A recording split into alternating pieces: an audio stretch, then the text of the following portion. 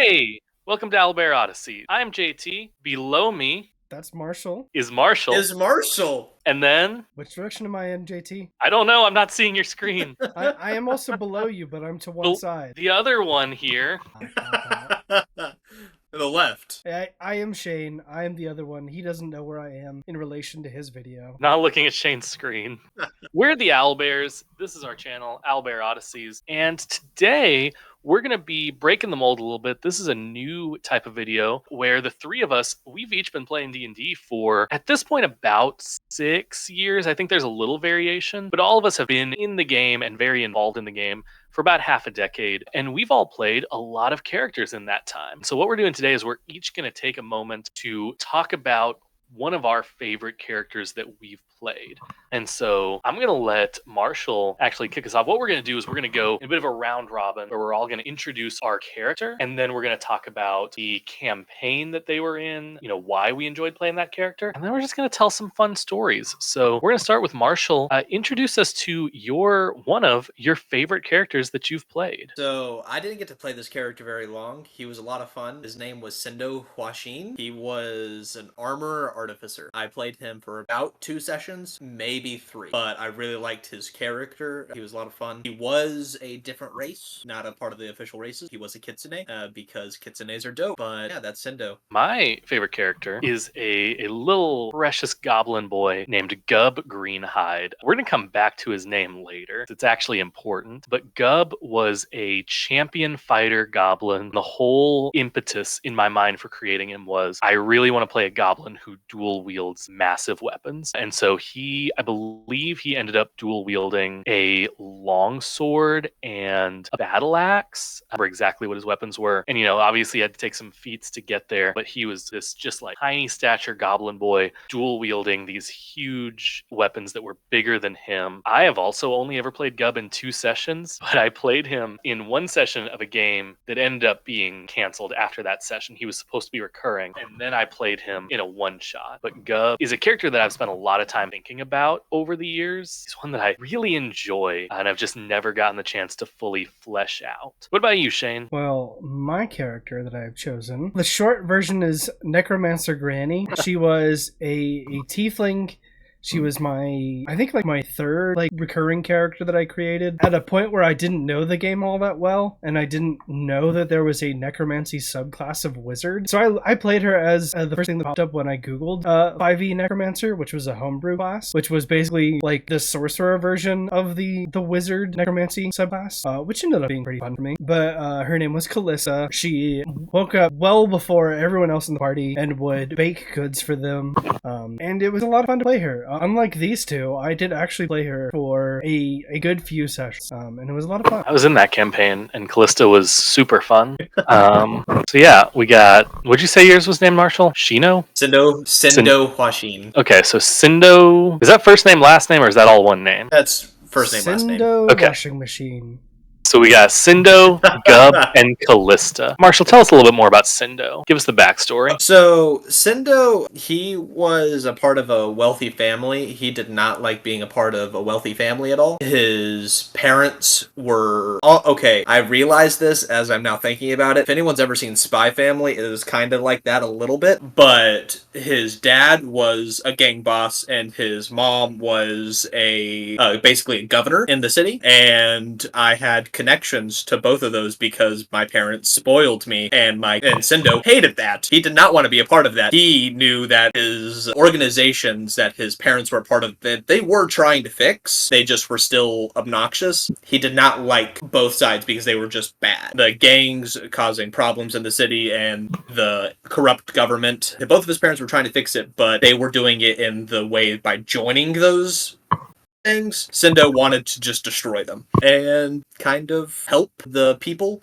as much as possible rather than going into those things immediately. He just wanted to go around the city and help anyone who was struggling. But he was constantly on house arrest as well as just helicopter parented, and his parents were always involved and literally had a drone following him almost at all times. Literally a helicopter parent. Like the kid in Leo? Oh, yes, like the kid in Leo. Yeah. I never. The campaign setting was Kamigawa, so like advanced future, and it was a lot of fun. But he just wanted to go help the people, but his parents were part of both subsets, the night and dark sides of the city. But yeah, that's a bit of Your Sendo. character sounds like in every long running comic book, there's eventually that moment where like the whoever is talking to the superhero is like, if you destroy the gangs, it's just going to create a power vacuum and make things worse. You have to make things better from the inside. Your character sounds like he's gotten that talk and he went, screw it, I want a power vacuum. It's kind of like that. He did kind of want power a little bit, but that wasn't his focus. He wanted to mainly help people, but he wanted to help people a different way from what his parents did, because his parents were always trying to force him to join their sides, and they told him to not tell each other about their history. So Sendo knew his mom and dad. Sendo knew his dad was a part of like the gangs, and obviously his mom part of the governorship, but his mom did not know about her husband being a part of the gangs, and his dad did not know about his mom being a part of like the corrupt government, but she was trying to fix it. So a very healthy marriage. Very healthy. So many secrets. So anything else, Marshall? No, that's kind of like a quick background of him. I'd have to go into more of the setting of the world to explain more about him, but okay. That's like so Gub, like I said, Gub was built for a different campaign. Well, he was built for a specific campaign and then was also played in a one-shot.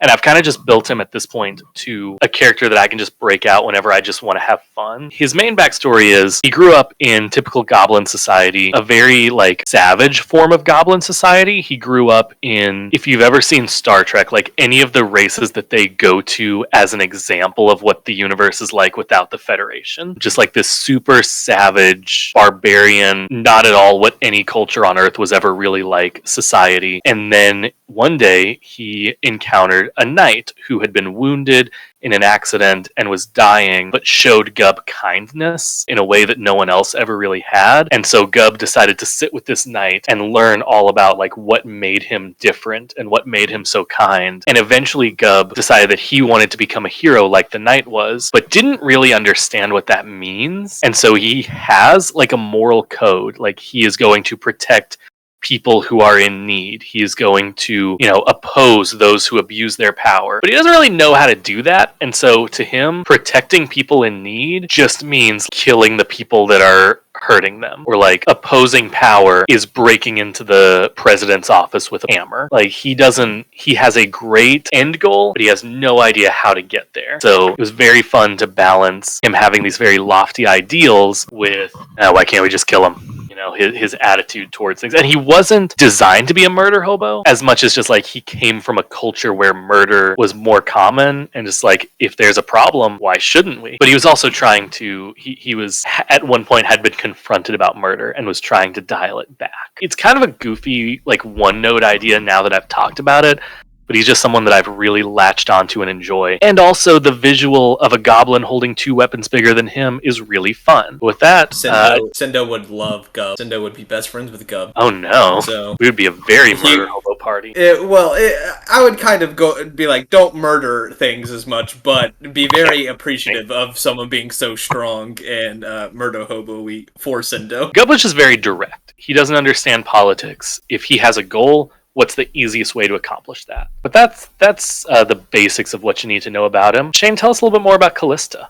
Will do. So the kind of one of the founding aspects coming up with his character was obviously to have, and it's something that I like to do in character building, is having this a juxtaposition of like conflicting stereotypes here, because the idea was to create a loving, caring grandma who also like wielded dark forces, right? It's like grandmas do. You would never think the grandma was going to be, the necromancer, but she was, and it was also one of the first forays I had into the really dark backstory, which is something I have since gotten very good at. As my friends could probably attest to. It's very common. It's not all I do, but it's very common for me. It's not rare for us to be discussing an upcoming campaign and Marshall and I to have to like either veto or like tell Shane to bring it down a couple notches. Yeah, I don't know what that says about me, and I'm not going to stop to think about it. But the short version It's of okay. her dark backstory is that, you know, she lived a normal life, had a big family, was very happy, and then a big bad evil type came in and wrought a magical curse across her whole village. And, you know, for whatever reason, it wiped out all of her family, but she survived, and the curse afflicted her, but it became part of her, and so that was kind of the source of her magical power as well. And it was this the thing that had ruined her life was also what gave her the power she was going to use to try to get vengeance. And so she, like, at a very old age, had this sharp transition from being a normal grandma to having to be an adventurer. You know, hopefully hunting down the guy who ruined her normal life. But while she was an adventurer, she could still be a grandmother in ways. Her new party became her adopted grandchildren, and, you know, she had fun making cookies in the morning. Well, making cookies at any time, really.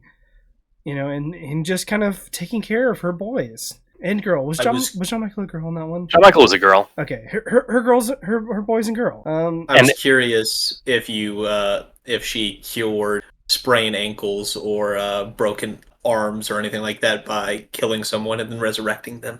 No, because that's not a thing that you can mechanically do at low levels in D&D. Okay, that's true. And it would be a very expensive thing to do at high levels. Like the two were kind of, she almost had like a Jekyll and Hyde thing going on. Not fully, but like it was almost two different sides of her character. Like the sweet granny, you would never imagine that she was a necromancer, and then the combat, like terrifying old woman, you wouldn't think she could bake cookies.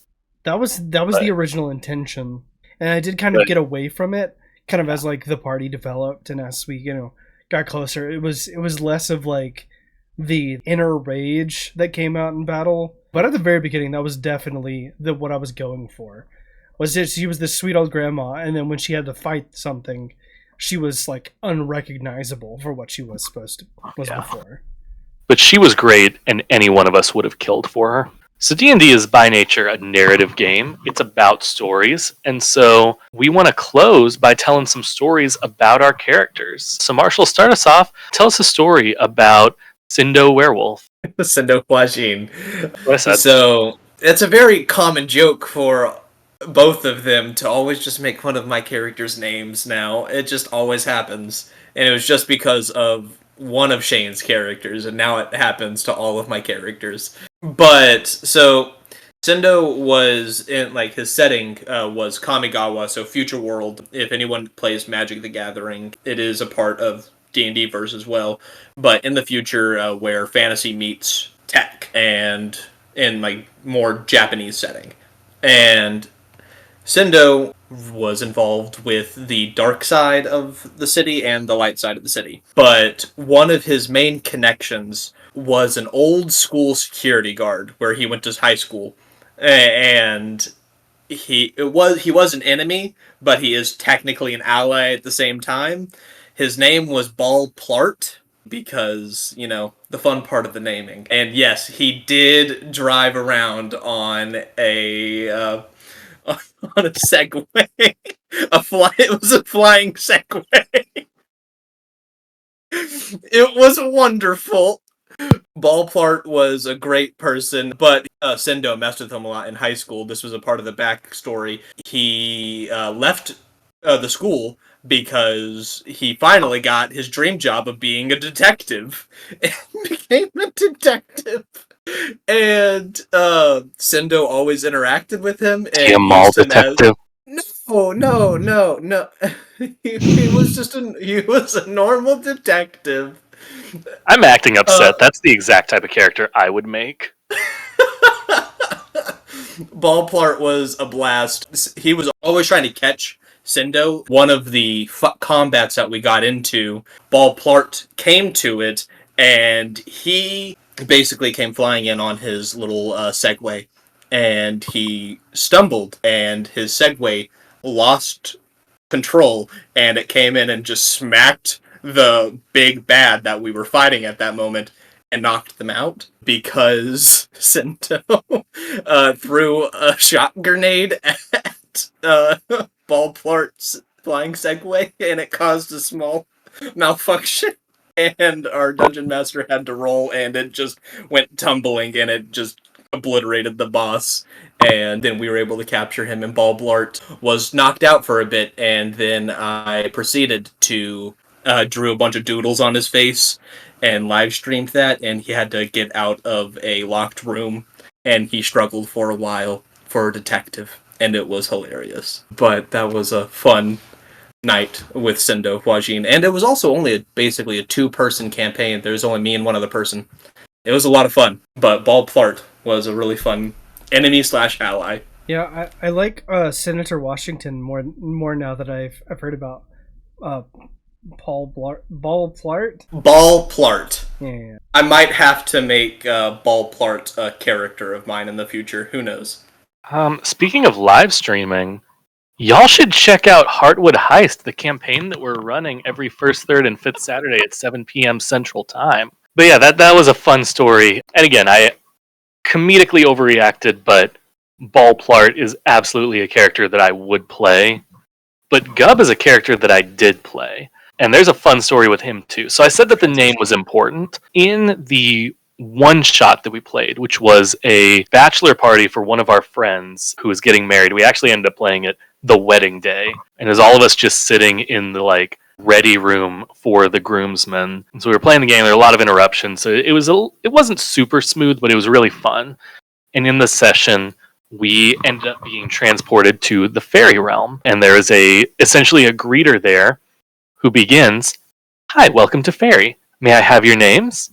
And of course, everyone else in the party immediately picks up on what's going on. He goes, "Oh, you're not going to trap us with that," except for 2 of us. One of the characters, who literally this player had told us this character's whole thing is that he loves to introduce himself. And so one of the characters immediately overacts introducing himself, and the DM goes, "All right, you no longer have a name." The DM didn't hear me. He didn't hear me introduce myself as Gub. And so the DM was going to skip over it, and I said, Gub said his name too. The DM goes, "All right, well, thank you for being honest. Gub no longer has a name." I said, "Now, technically, I only introduced myself as Gub. So do I still have a last name?"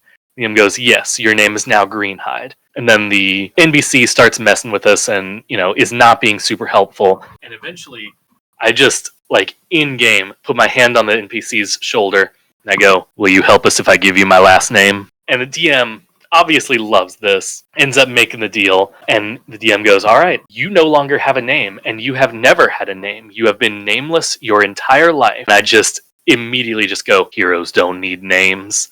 And so I started going by the hero for the rest of the campaign, or for the rest of the session. A little while later, we encounter another Fae salesman who, essentially his whole gimmick is he's offering things for weird costs. If you take this, I'll take 10 years off of your life.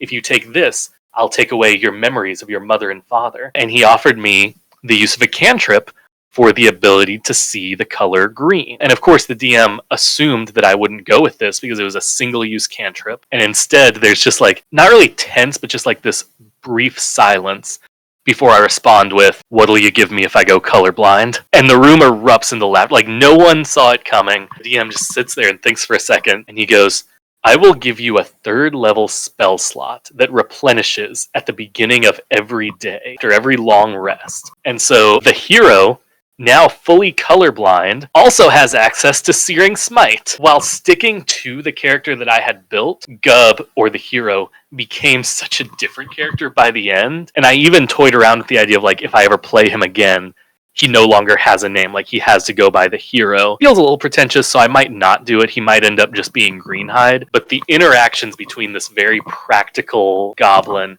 and this very nuanced realm of fairy just made that session for me. But that's all. Shane, what about you? That sounds very Doctor Whovian, where it's, "I'm the doctor," or "I'm the master." Oh, yeah. "I'm the hero." It's very pretentious, but I love it. Well, and in universe, he would have had the whole backstory of the trip to Fairy, but without anyone knowing that's a session that actually happened, it would just sound like I'm trying to come up with an excuse to call my character the hero. Yeah. But yeah, and now that's all of our audience knows, so it's okay. Yeah, so when I play him in a one-shot on this channel, Don't worry, y'all I'll will still understand. call you pretend. Well, that's okay, because your opinion doesn't mean anything to me. But speaking of your opinion, tell us a story about Callista. Well, I was trying to think. I played the character for, I want to say like eight-ish sessions, but the setup of the game was kind of different. It was there was rotating DMs, and it was an anthology of one shots.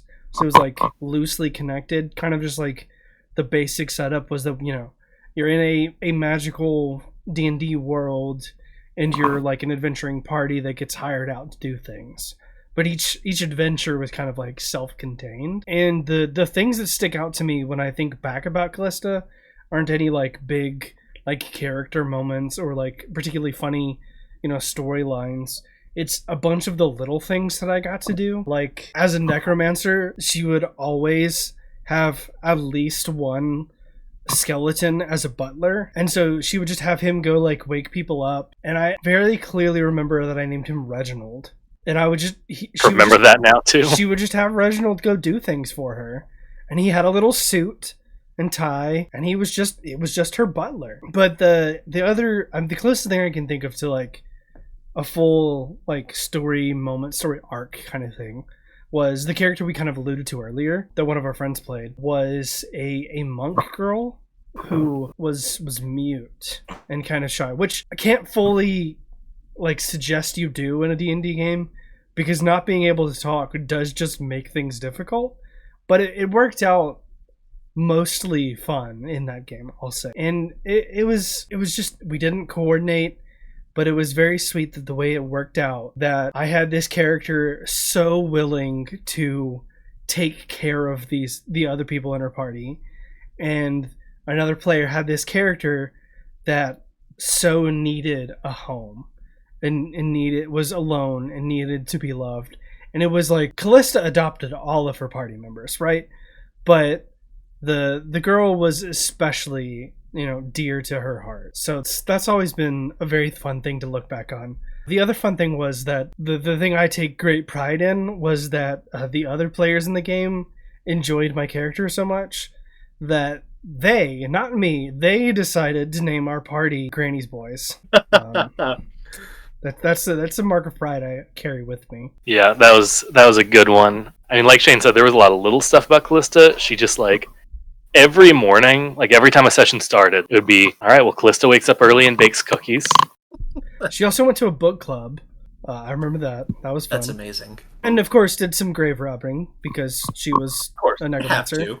One of her butlers always carried a bag of bones around.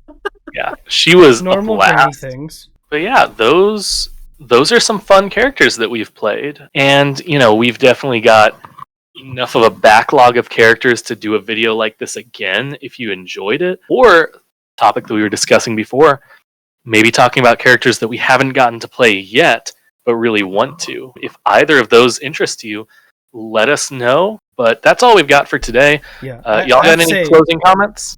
I was this close talking about my character for the next game, but there are obviously reasons that I could not do that. So you guys will just have to find out when we eventually get to JT's game. And I was very close to going into a character that actually wasn't a character, but something as a DM I made, and then one of my players played him. It was me. You don't have to say one of your players. It was me. It was JT. His name was Hogrish, and he was amazing. I'm very careful about DMPCs. I don't think he was a bad DMPC, but he was a blast. I enjoyed him. But I was very close. Say be on the lookout for our next campaign, because it's gonna be fun. It's gonna be very different from Heartwood Heist, and hopefully just as enjoyable. That's all we've got for you guys today. Thank you for watching this. Whether you were watching on Twitch or on YouTube, thank you guys. Please follow us wherever. If you enjoyed this video, you should check out our video about subclasses, where we each discuss 3 subclasses that we like. Because in that one, we also kind of present some character ideas. So if you like our character ideas, that's a good video for you. But regardless, we are glad that you watched this, and I hope that you enjoyed it. Heartwood Heist streams first, third, and fifth Saturday at 7 p.m. Central. If you miss the stream, that's okay. It'll be saved on Twitch for a little bit, but it will be on YouTube forever. And I hope you guys have a great rest of your day. Thank you for joining us. We'll see you next time. Bye, everybody. See you all next time. Bye-bye.